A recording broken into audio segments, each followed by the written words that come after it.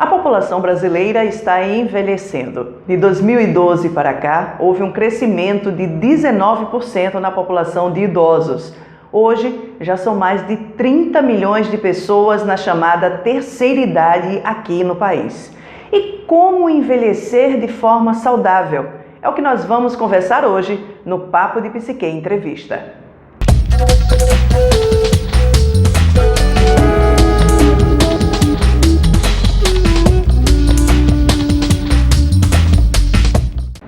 E para falar sobre este tema, longevidade e vida saudável, nós convidamos hoje para o Papo de Psique a psicóloga e especialista em gerontologia, Auxiliadora França. Auxiliadora, seja bem-vinda. Obrigada pela oportunidade de falar sobre um tema tão relevante para a nossa sociedade na atualidade. A gente sabe que a população está envelhecendo, os dados que divulgamos agora há pouco, trazido aí pelo PNAD e pelo IBGE, mostram que a população brasileira está envelhecendo. Como a gente pode fazer com que esta população chegue nessa terceira etapa da vida de uma forma mais saudável? Pensar numa velhice saudável é pensar num bem-estar físico. Preciso cuidar do meu corpo, preciso cuidar da minha mente, o meu psicológico, e preciso não esquecer do social. Nós somos frutos de uma sociedade e eu preciso estar interagindo com as pessoas que são da minha geração. É possível chegar na terceira idade com saúde? É possível, sim. É uma proposta que cada um faz ao longo da vida. Hoje existem muitos motivos para você querer ter uma vida saudável, uma alimentação saudável. O físico vai depender de uma alimentação saudável. O que eu como é saudável ou eu vou para os modismos porque a mídia proporcionou? Isso aí é uma questão de escolha. Saúde ou doença, já dizia o pensador. E a ciência hoje atesta. Saúde física precisa se pensar no que é que eu como, o que é que eu levo para a boca. Tudo começa pela boca. É interessante isso e é um dos hábitos mais difíceis da gente modificar. Porque você, quando é criança, você aprendeu. Agora, na fase adulta, principalmente na idade mais avançada, vai aprender. Não, vai reaprender. Aí isso aí faz toda a diferença. Porque eu já tenho um hábito. Sim. Eu já comi aquelas comidas que não são mais... Foram importantes, mas hoje não. Hoje é prioridade uma alimentação balanceada, equilibrada e saudável. Aproveitando esse seu gancho, o que a gente percebe é que a construção para uma terceira idade saudável, ela começa desde cedo. Desde cedo. Porque, na verdade, o corpo ele acumula ao longo do tempo todos os excessos que a gente faz, né? Exatamente. É ao longo da vida que eu me preparo para envelhecer. Só que, quando nós somos jovens, a gente não pensa muito, porque o envelhecimento é do outro. E tá tão longe. Então, o que é que a gente precisa fazer?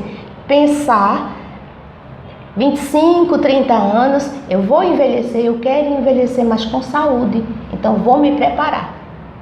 Você citou, você colocou que para que nós possamos ter saúde, tem 3 princípios básicos, que seria saúde física, saúde mental e a saúde social. Exatamente. E aí, eu queria que a gente falasse um pouquinho sobre cada uma delas. Vamos começar pela saúde física, que eu acho que nós já estamos falando, que é esse cuidado com o corpo, né? Eu cuido do meu corpo, eu pratico atividade física. Não necessariamente teremos que ir para uma academia pagando. Eu posso fazer caminhadas. Toda cidade tem parques. Então eu não vou gastar. Então preciso estar com o corpo em movimento. Porque quando eu não exercito meu corpo, ele vai dizer, eu não estou precisando mais e cada vez menos eu vou não querer andar, não querer sair. Perdendo a mobilidade. Perdendo a mobilidade. Isso é um fator importante para quem quer ter uma velhice saudável. Dançar. Excelente. Temos aí duas fontes de saúde. A saúde psíquica e a saúde social. Por quê? Eu estou interagindo junto com os iguais a mim. Então, vou dançar e tenho a saúde física. O meu corpo está em movimento. Sim. E isso é fundamental. Eu acho que até entra a saúde mental aí também, né? Porque a partir do momento que você está dançando, você está num ambiente com outras pessoas, você está ouvindo uma música, tudo isso vai influenciar diretamente também na tua qualidade mental. Exatamente. Por quê? O que é que acontece nesse momento? Nesse momento, eu não estou supervalorizando os problemas. Todas as pessoas têm problemas e têm soluções. Então, o que é que eu preciso nesse momento? Relaxar. Eu posso até não ir para o salão dançar, mas eu vou estar ouvindo a música, aquela música que foi muito importante no passado, mas hoje também é importante para me movimentar. Isso é saúde. Saúde física, saúde mental, saúde social. É um tripé. Essa questão ainda da saúde física, colocamos a questão da alimentação e do movimento. Eu vejo que principalmente essa questão do movimentar-se, ou seja, do idoso não perder a liberdade de agir dentro de casa, isso é muito importante, né? É muito importante, ele precisa agir. Hoje eu não estou podendo caminhar na praça, mas eu ainda tenho condição de fazer as atividades de casa, que é o que nós conhecemos como atividades básicas da vida diária. Eu ainda posso fazer algum trabalho dentro de casa, eu posso ainda aguar as plantas, posso ainda varrer uma casa, posso fazer alguma arrumação, cuidar do meu quarto, cuidar da minha roupa, eu ainda posso. Então eu preciso disso, isso é movimento. O aspecto mental, quando a gente fala de saúde mental, a gente está falando também de aceitação. Aceitar a velhice. Existe até uma música de um cantor que talvez não seja muito conhecido, que diz que a gente, mas em termos assim, o que é que ele diz? A gente precisa aprender a envelhecer sem sofrer e sem chorar. Contar uma ruga sem reclamar. Então você conta e canta a ruga. Apareceu. Estou envelhecendo. Isso é muito importante, eu estou envelhecendo. Porque Dr. Drauzio tem um médico muito conhecido que ele diz, só não envelhece quem já morreu. E quem é que quer morrer? É um privilégio, né? Olhando por esse aspecto, envelhecer é um privilégio. É um privilégio. Eu tenho contato com pessoas com 102, com 105, com 107, com 114 anos. Nossa. Então, se os outros podem, eu também posso. Então, vamos fazer bem-estar físico, psíquico e social. Tem gente que tem medo de envelhecer. Porque o envelhecimento causa medo. Por quê? É o desconhecido. Como eu vou envelhecer? Vou envelhecer doente? Ou alguma doença vai aparecer? Porque determinados órgãos não funcionam como nós éramos no passado. Mas se nós envelhecemos ao longo da vida, o que é que acontece? Nós temos que conviver com algumas deficiências de alguns órgãos. No passado eu não podia usar óculos, hoje eu preciso. Eu poderia caminhar muitos quilômetros, hoje eu já não posso. Então eu vou me adequando ao que é possível hoje, e isso é saúde. São as limitações naturais da máquina física, né? Isso. Às vezes a mente ela ainda está pujante, ela está ativa, mas o corpo começa a não responder a esse, digamos, a esse comando mental. Então, e eu acho que aí é que entra muito conflito, né? Entra, auxiliadora? mas eu ainda posso. Se antes eu podia fazer uma caminhada de 2 horas, se hoje eu faço de 1, eu estou no lucro. Então vou caminhar. Ah, mas eu não consigo caminhar 1 hora. É uma questão de treino. Não comece com muitos quilômetros. Comece com 2 passos. Tenha um profissional da área que vai lhe orientar, se for possível. Existe um sistema público de saúde nas academias e não tem custos. Necessariamente eu não tenho que gastar. Não. Sim.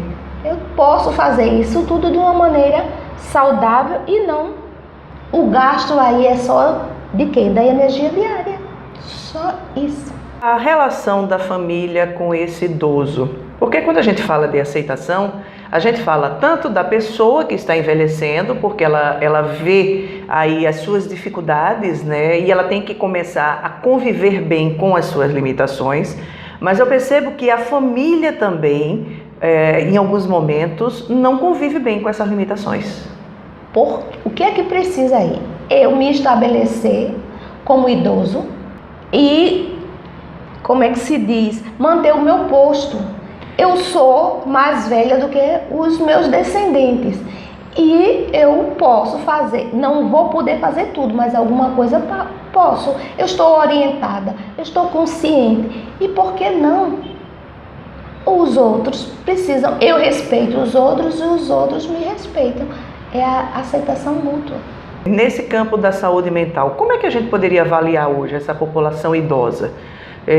São mais de 30 milhões hoje de brasileiros, né? Você convive com muitos grupos de idosos aqui pelo Recife e região metropolitana. Como é que você poderia avaliar hoje? Esse pessoal está cada vez mais consciente assim, da sua importância, da sua necessidade de ter o seu lugar na sociedade. Como é que a gente pode ver isso? Muitas pessoas têm essa consciência, outros não, mas isso não é só do envelhecimento, isso foi você ao longo da vida, conquistar o seu espaço. Algumas pessoas se apropriam disso, outras não. É como assim, deixa a vida me levar, vida leva eu, e não correu atrás. Não correu atrás. Saúde mental. Eu sou um sujeito de direitos, de deveres, de vontades. Então, eu posso ter um envelhecimento maravilhoso. Aprender um ofício novo, uma prática, um trabalho manual, uma pintura, alguma coisa, ou até mesmo voltar a estudar. É salutar? É salutar. E isso previne as famosas demências. Então, se eu tenho uma vida mental ativa, então o processo das demências ficam mais para longe, porque eu estou exercitando. Quando a gente não exercita uma parte do corpo e o cérebro está incluso, então ele vai dizer, eu já não tenho mais finalidade. Vamos dar um exemplo muito simples. Se você passar 30 dias com a mão assim, tá certo? Nessa posição. Quando você quiser fazer isso, essa mão vai dizer, eu não sirvo mais, porque eu gostei dessa posição. Aí vai ter que fazer fisioterapia, vai ter que ir para um especialista para tudo voltar ao normal. Ou seja, de uma forma assim, bem direta, o que não é usado atrofia. Atrofia. E o cérebro faz parte do corpo, é a parte física. Então faz parte do corpo e se eu não utilizo ele vai apagando. Qual é a importância, e aí eu acredito que a gente já entra no tipo de saúde social, né, dessa interação do idoso com outras pessoas? Sempre ficar junto dos iguais. Tem vários lugares que você pode ir. Vamos supor, fazer parte da sua comunidade de religiosos, fazer parte da comunidade dos grupos da melhor idade, fazer parte as universidades, tanto públicas como privadas, tem os grupos, vamos para lá. Porque vamos falar a mesma língua. Eu vou para um grupo de que tem trabalhos manuais. Você aprender essas coisas dentro do espaço de uma faculdade, tá certo? Você tem todo um preparo, tem todo um projeto. É importante. É importante. É importante conviver com outras pessoas. É importante conviver com outras pessoas para evitar o isolamento, porque o isolamento vai proporcionar, de tanto eu me isolar, aquela famosa doença que é a depressão. E que é muito perigoso para o idoso aceitar pacificamente esse estado. E quando a gente fala de conviver com outras pessoas, você já trouxe a questão dos grupos, né, de terceira idade. Isso. E também essa convivência familiar. Isso. Com a família, você precisa estar dentro da família, aceitar as novas gerações, porque as novas gerações também vai lhe aceitar. É uma aceitação mútua. Então, é o grupo intergeracional. Nós poderíamos dizer que atividade física, uma atividade mental e um convívio social seriam o segredo para a gente ter uma saúde mental nessa terceira idade? Esse aí é o segredo, bem-estar, como preconiza a Organização Mundial de Saúde, bem-estar físico, psíquico e social. Quando a gente não tem isso, que tipo de problemas normalmente acometem? O que é que acontece? Eu relaxo o meu corpo, eu fico quieta no meu canto, muito calada. Será já um processo depressivo? O meu isolamento? E eu perdi o social. Então, estou autoadoecendo. Viajar é bom? Muito, muito bom. Muito bom. Existem grupos que vivem viajando. Não precisa ser só para sair do país, mas tem aqui na cidade.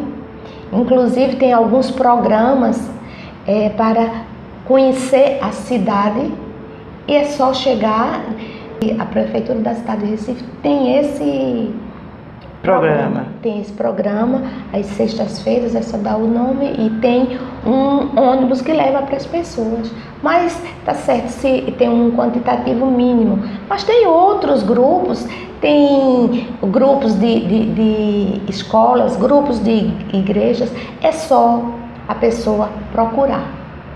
Que bom. Auxiliadora França, muito obrigada pela sua participação conosco aqui no nosso Papo de Psique. O pessoal que quiser lhe encontrar, como lhe acha, qual é o telefone, onde é que você tem consultório?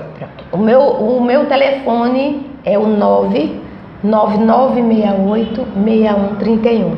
E eu tenho o meu e-mail, dorinhafranca@yahoo.com.br.